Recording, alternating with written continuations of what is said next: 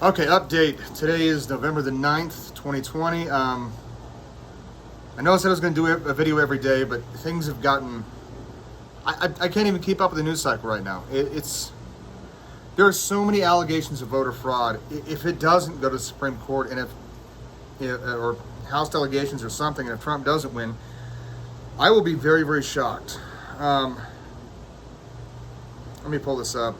So somebody went through the statistical data and showed mass voter fraud in Virginia, Michigan, Wisconsin, Georgia. It's proven through the numbers, not like speculation. This is proven through statistical data, and what they did was they matched the Democrat to Republican ballot ratios on the timeline, and so throughout space and time during the election counting.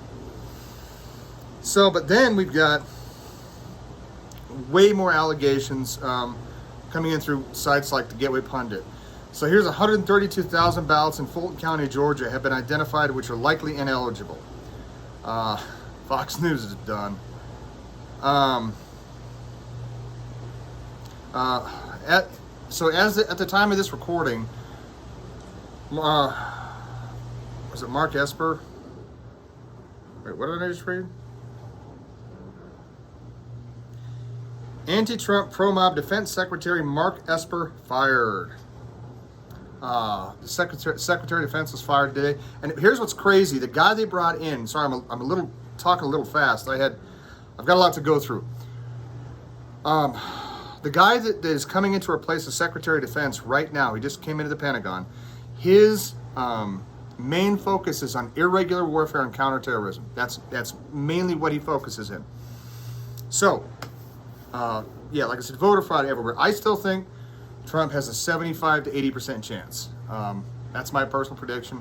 I think the voter fraud is going to come out. But here's the biggest problem, and this is true no matter who wins. Right now, 70 million plus people on either side of the aisle. 70 million think it was a clean election. 70 million think it was a dirty election right now. If Trump wins, that's going to flip. So either way, no matter what, 70% or 70 million people, half the country by population, so 50% of the country, 70 million that voted, are going to think the election was stolen. No matter what. Where does that lead us? Do the math in your head. If Trump wins, we get a civil war. If Biden wins, we get a revolution. Because I'll tell you what, Biden had just said this morning, he will do mandatory mask mandate and he will do national lockdowns. How do you think the 70 million that voted for Trump are going to handle mandatory lockdowns on a federal level? Ain't gonna happen.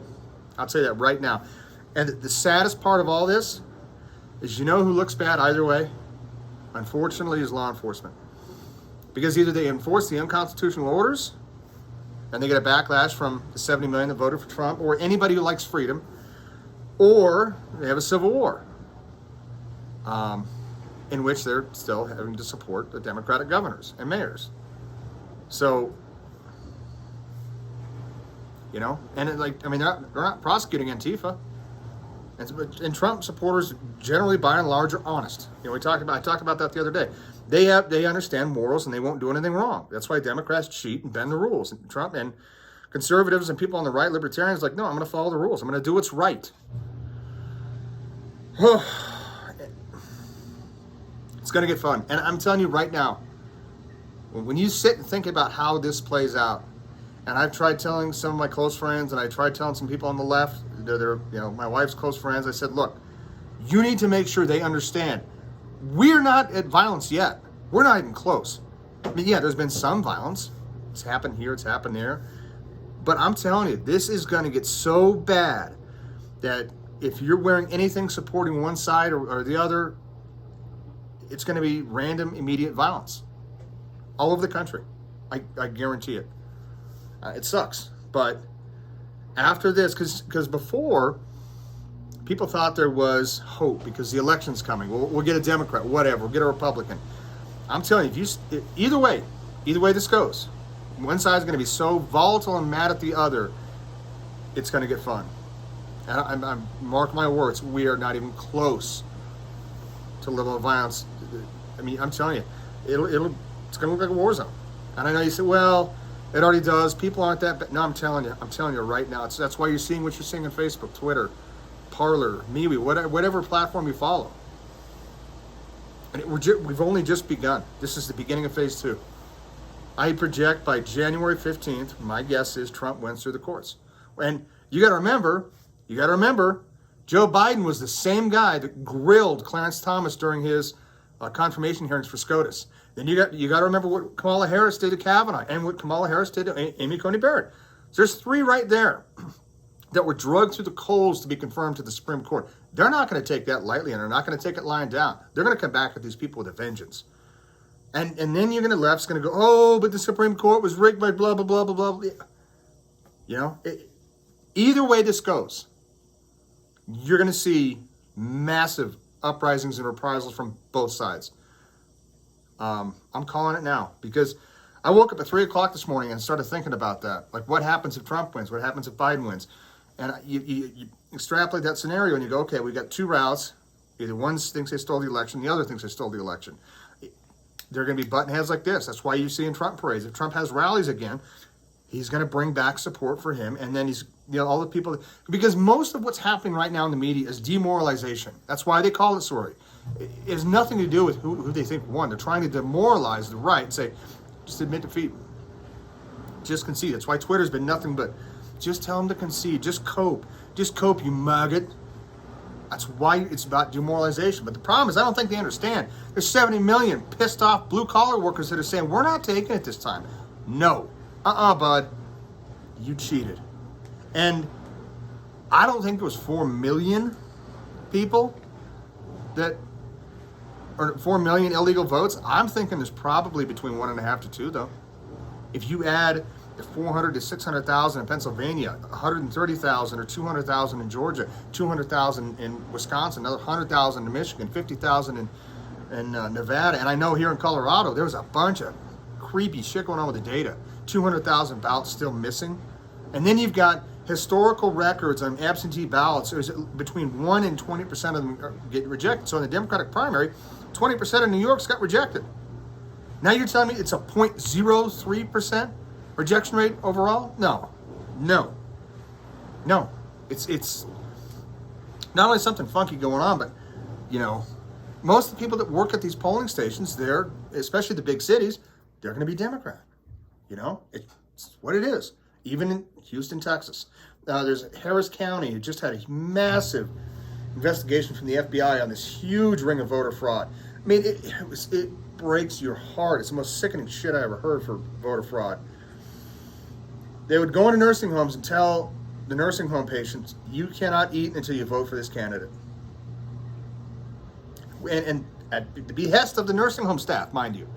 So if that is uncovered, I hope they lock up every single person that did the voter fraud, and they lock up the nursing home staff that let it happen for abuse of the elderly or whatever that charge is.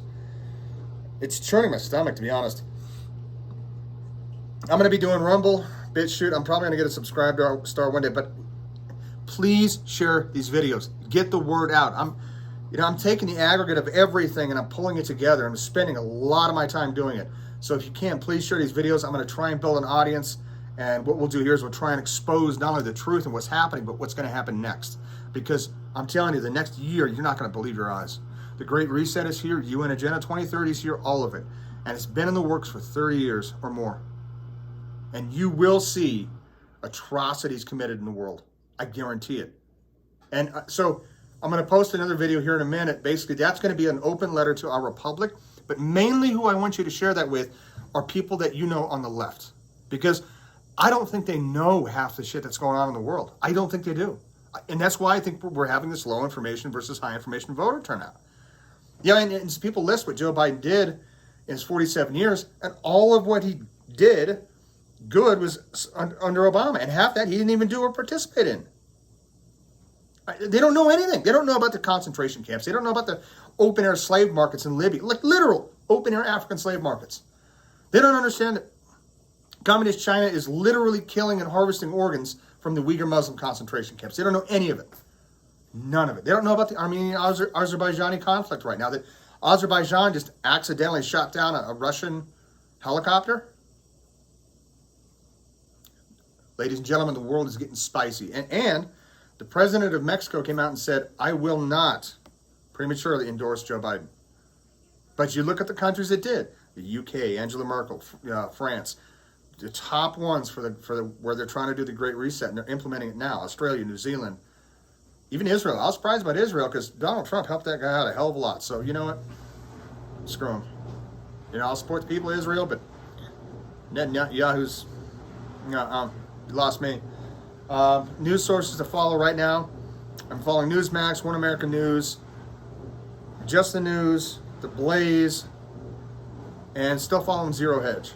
Zero Hedge had that article about the data scientist. I have to be clear on that. Hopefully I don't get banned, but I'm going to start my Rumble account today and my BitChute account. This will be up on my YouTube. Probably, I don't think I'll do this on Facebook. It's getting a little too spicy over there. I know I keep using that word, but man, what a time to be alive. I mean, it's crazy. And then, so in Colorado, the mask mandates, another 30 days because we're having this huge peak and everybody's going to die. Oh my God, hospitalization. Whoa! The Washington Post comes out today. There's two things important with the story that they had. As coronavirus crisis lessons, or whatever that word they used, can we go back to Middle East conflicts? Or can we go back to conflicts in other countries? I'm like, the war drums are already starting. Donald Trump just finally got us out of Afghanistan. We'll be out by December. And they're already starting to beat the war drums? Can somebody explain that to me, please? Because that's crazy. I mean, and where's the anti-war left? You know? Trump hasn't done anything for wars. Steve Bannon did a couple of drone strikes. Trump was pissed about that, fired him. He got us out. So I don't care what side you're on politically. He got us out. Yeah, I'm a combat veteran. I don't want the men and women dying over there.